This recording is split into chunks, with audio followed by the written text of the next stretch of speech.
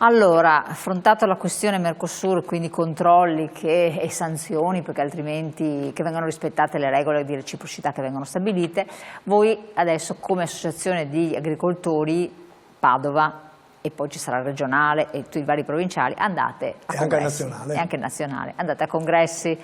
Cosa vuol dire questo? Rinnovo dei vertici, giusto?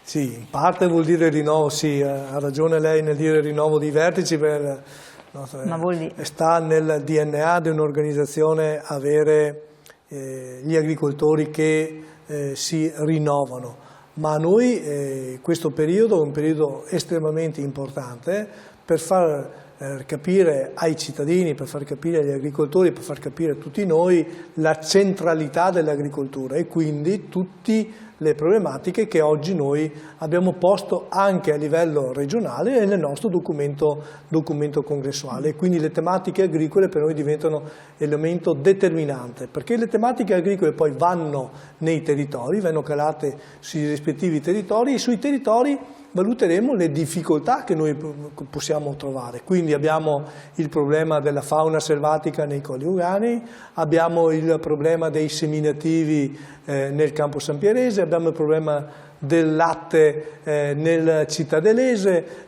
abbiamo il problema del parco dei colli, che non è un problema, però è un elemento di valutazione. E quindi abbiamo tutti questi elementi che servono a noi, serve soprattutto alla struttura e alla CIA, l'organizzazione di agricoltori, per fare le proprie valutazioni e per proporre un documento che poi rispecchi quali sono le tematiche e le soluzioni che possiamo trovare all'interno di vari problemi.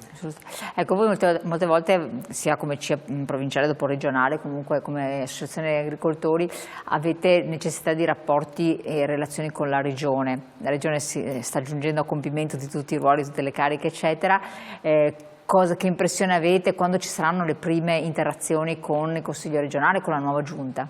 O ci sono già state? Non ci sono state, ma la prossima settimana le avremo con l'assessore Bono, ma le avremo anche con il presidente di commissione Marcato, che noi fa piacere. Tra l'altro Marcato è da Piombino Dese, quindi nel Padovano, e quindi a noi ci fa piacere avere interlocutori che tra l'altro conosciamo da tanti anni e che sono persone affidibilissime, oltre a loro ovviamente la struttura regionale. Avremo delle sfide importanti a livello regionale da affrontare. Il primo si chiama CSR, che è il comparto del sviluppo rurale a livello regionale, e quindi abbiamo necessità di intervenire con i piani di investimento per le nostre aziende agricole, quindi fare una vera e propria programmazione dal 2028 fino al 2032, quindi avremo modo di discutere di tutto questo con i nostri interlocutori. Tra i vari temi che verranno portati nell'agenda politica vostra, dell'associazione, c'è la difesa del reddito, in cui si collega ad alcuni aspetti importanti, e la valorizzazione delle produzioni locali. Cosa vuol dire difesa del reddito per l'agricoltura? Se ne parla spesso. Sì, guardi, è semplicissima la questione, lo diciamo sempre. Oggi le aziende agricole o gli agricoltori non sono solo produttori, sono anche tuteli dell'ambiente, sono anche paesaggio, sono anche turismo, è tutto questo. E quindi oggi va valorizzato questo e va riconosciuto questo. In che maniera? Col reddito alle aziende agricole, ai nostri imprenditori agricoli. E a volte questo non viene dato, perché se noi, lo dicevamo prima, se noi non valorizziamo i prodotti dei nostri territori e valorizziamo il lavoro dei nostri agricoltori, questo viene meno. Quindi dobbiamo far sì che il reddito dei nostri agricoltori almeno chiuda in pareggio a fine anno. E guardi, non è proprio così. Allora... Ecco, cioè senza il supporto di finanziamenti terzi l'agricoltura non si regge? Beh, sulla questione dei finanziamenti, voglio dire, sono finanziamenti dati dalla Comunità Europea, sì, certo, che ovviamente vengono molto legati alla condizionalità. La condizionalità è un argomento determinante per gli agricoltori. Ti do 100 euro a ettaro a condizione che tu rispetti determinate regole, quindi rispetti le regole della sanità, rispetti le regole della solubilità, rispetti le regole dei terreni agricoli, quindi voglio dire ci sono tutte determinate regole ambientali e non che gli agricoltori devono sottostare, quindi per questo viene riconosciuto un contributo. Però guardi, questo contributo è insufficiente rispetto all'aspetto determinante del reddito dei nostri agricoltori. I nostri agricoltori hanno necessità che vengano valorizzati i prodotti loro del proprio lavoro, della propria attività che viene fatta duramente ogni anno, quindi dagli allevamenti, ma anche ai seminativi, ma anche agli ortaggi, ai frutticoli e quant'altro. Quindi noi abbiamo necessità oggi di valorizzare la nostra produzione. Della PAC che cosa mi dice? Per la PAC siamo... Un attimo che è arrivato un messaggio dove mi risponde: buongiorno, parlate del Mercosur e spiegate bene le tutele sui nostri prodotti DOP di OCG e poi i controlli chi li farà. L'abbiamo discorso. Sono un agricoltore produttore e sembra che ci potrebbe essere un'invasione di prodotti lavorati a prezzi più bassi. Cosa ne pensa il vostro ospite? Penso che il nostro telespettatore ha perfettamente ragione, questi sono i motivi in cui noi siamo andati a Bruxelles, gli agricoltori sono andati a Bruxelles, hanno protestato in maniera civile e corretta per mantenere un grado alto di attenzione. Se noi non manteniamo questo grado alto di attenzione soprattutto a questo aspetto determinante che sono i controlli, andiamo su una situazione di grande difficoltà e soprattutto su una difficoltà in cui vedremo i nostri agricoltori penalizzati e noi questo non lo vogliamo. È che chi li fa sti controlli? È tutto un meccanismo. Vabbè, ma li facciamo noi.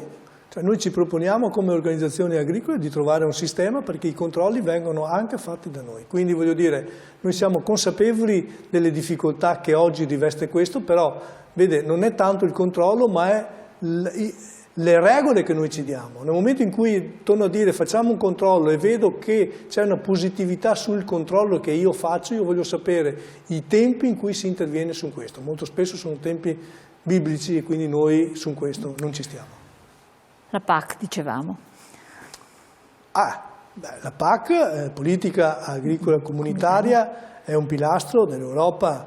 Però si è stata messa un po'... La PAC oggi è stata messa in discussione per tanti altri aspetti legati a un fondo unico, che noi non ci stiamo, per ridurre quasi del 22% il valore della PAC agli agricoltori. Cosa vuol dire fondo unico? Fondo unico vuol dire che mentre prima i finanziamenti venivano dati direttamente al settore dell'agricoltura, oggi viene dato a un fondo complessivo e quindi poi sarà lo Stato membro che deciderà in che maniera e in che modo dare quei fondi. Quindi per quanto riguarda l'agricoltura, per settore specifico dello sviluppo rurale agricolo, ci sarà una riduzione del 20% dei contributi. Noi non ci stiamo, noi su questo siamo andati in piazza, su questo recrimineremo il giusto valore ai nostri agricoltori perché torno a dire che gli agricoltori non sono solo produttori di prodotto sano e di qualità, ma sono anche i custodi del territorio, l'ambiente e il paesaggio che noi oggi viviamo in Italia ma anche in Europa.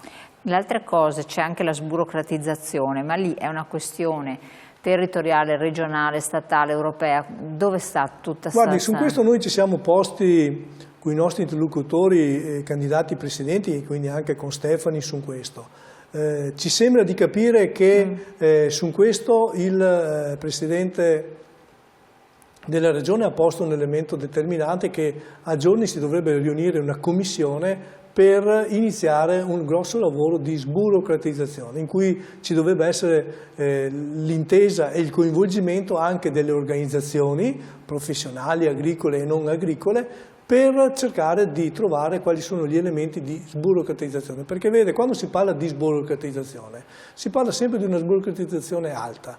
Però noi oggi abbiamo necessità di parlare di una sburocratizzazione bassa, mi spiego. Noi oggi abbiamo la necessità di dire ai nostri agricoltori che sul posto di avere 5 registri informatizzati, del registro di concimazione, il registro dei trattamenti, il registro dei fitosanitari e altri registri, noi ne abbiamo necessità di avere un solo registro e quindi la sburocratizzazione vuol dire questo, vuol dire partire dal basso, partire dai nostri agricoltori. Vuol dire semplificazione sostanzialmente. Vuol dire semplificazione. Ma il problema dove sta? Perché no? Ma il problema sta che ovviamente o non ovviamente, oggi c'è un marasma su questo. Oggi un agricoltore, per fare l'agricoltore, deve avere 5 registri, deve avere un'infinità di controlli e di verifiche e un'infinità anche di controlli all'interno delle proprie aziende, quindi diciamo un controllo che viene fatto dai NAS, ipotesi, deve essere utilizzato anche dalla VEPA, deve essere utilizzato anche dai carabinieri forestali, deve essere utilizzato anche dal Ministero, anche dall'ASL e da tutti. Quindi noi dobbiamo avere la necessità di semplificare, perché noi non possiamo più tollerare una situazione di questo tipo. Un altro messaggio: noi cittadini siamo contenti che si aprano nuovi mercati per i prodotti anche agricoli, almeno calmiereranno i prezzi alti che ci sono ora e avremo delle alternative, e non credo che la qualità estera faccia così schifo. Ah no, guardi, io non sto a dire che la qualità estera fa schifo, anzi, io sto dicendo però le nostre aziende cosa fanno, cioè le nostre aziende danno una grande garanzia. Dicevo prima, facevo riferimento prima sulla barbabietola da zucchero che noi produciamo e sulla canna da zucchero, sempre zucchero viene fuori, però un conto è produrre dalla barbabietola da zucchero, un conto è produrre sulla canna.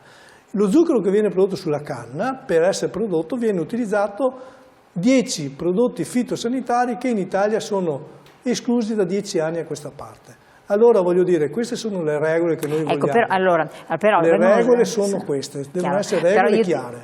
Allora, vengono usati questi 10 prodotti fitosanitari, sì. Okay. Il prodotto arriva, già adesso arriva in Italia. Certo. Io credo che sia sano, perché immaginare il zucchero di canna che fosse sano, vabbè. Ma deve essere sano, esatto, io presumo che sia sano. Esatto, ma se in Italia non possono essere usati quei prodotti, non dovrebbe già adesso entrare sto benedetto lavorato dove alla base ci sono, o no? Ma guardi, è proprio questo il rapporto che noi dobbiamo e la forza che noi dobbiamo mettere in campo, che sono queste regole. È come quando produco o importo prodotti, la carne, certo, o il latte, esatto, o altri prodotti. Certo.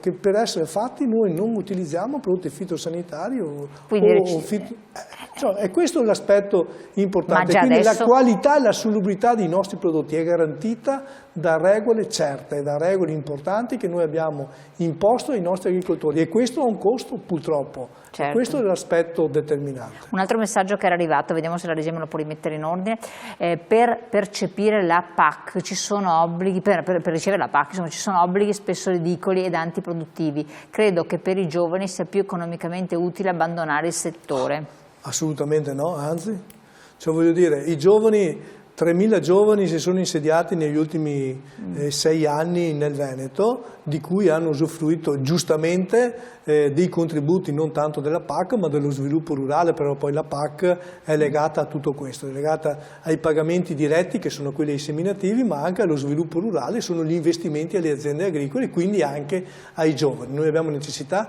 di incentivare questo, abbiamo necessità di intervenire ancora di più sui giovani, perché abbiamo necessità che i giovani siano punto importante, colonna portante dell'agricoltura veneta. Infatti siamo in chiusura, tra i punti sempre all'ordine del giorno ci sarà quello del ricambio generazionale, di cui bisogna continuare a parlare per spiegare bene le opportunità per i giovani, le energie rinnovabili, che sono un tema che sta molto a cuore anche ai giovani, il fotovoltaico, come, dove, quando, l'emergenza ambientale agricola e il consumo del suolo. E il consumo del suolo, bravissimo, e poi la gestione naturalmente della fauna selvatica e la tutela dell'ambiente in generale. Ne parleremo ancora, intanto io la ringrazio direttore, grazie a voi telespettatori che avete partecipato in modo così attivo, poi naturalmente per avere delucidazioni e altro rivolgetevi direttamente alla CIA Padova per quel che riguarda il territorio padovano, CIA poi Veneto territoriale per gli altri ambiti. Buon proseguimento, a presto.